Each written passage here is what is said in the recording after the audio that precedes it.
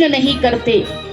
यद्यपि प्रभु श्री राम जी का राज्याभिषेक होना था, लेकिन मां कैकेयी ने 2 वरदान मांगे।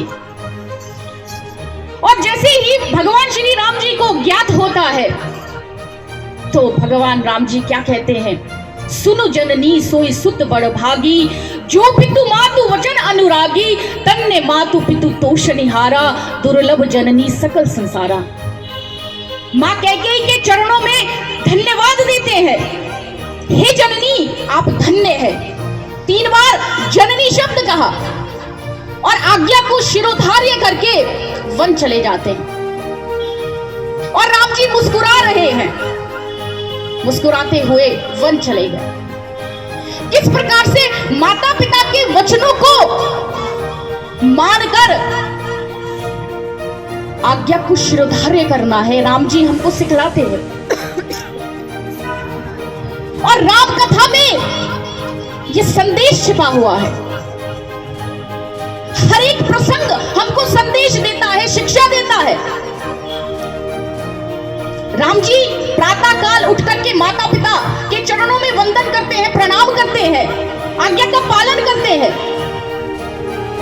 और किस प्रकार से माता पिता की आज्ञा का पालन करना चाहिए राम जी हमको बताते हैं। लेकिन आज विडंबना है, हमें सीखना चाहिए राम जी के चरित्रों से।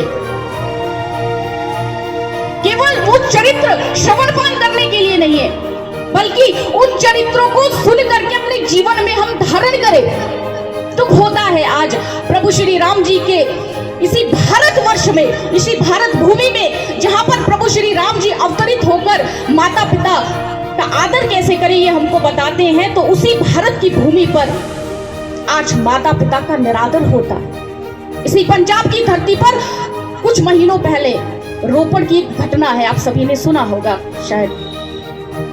रोपड़ की एक घटना, एक वकील अपनी माता को किस प्रकार से पीट रहा था। जिस माता ने उसको 9 महीने अपनी कोख में रखा, अपने खून से सींचा, तत्पश्चात उसको जन्म दिया, इस धरा पर लेकर आई और उसके बाद भी पढ़ाई लिखाई करा करके वकील बनाया।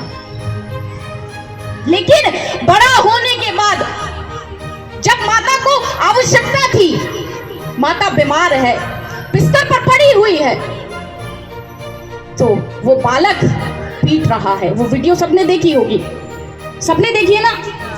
तो इतनी बड़ी विडंबना है उसी भारत की भूमि पर, जहां पर प्रभु श्री राम जी बताते हैं कि माता पिता का कैसे हम आदर करें, लेकिन उसी भूमि पर आज ये भी हो रहा है।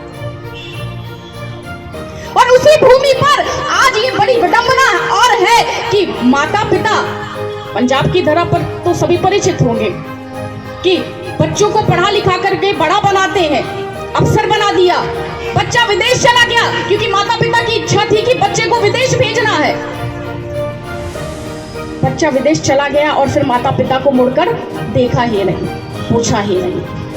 तो हम कैसा जीवन जी रहे हैं?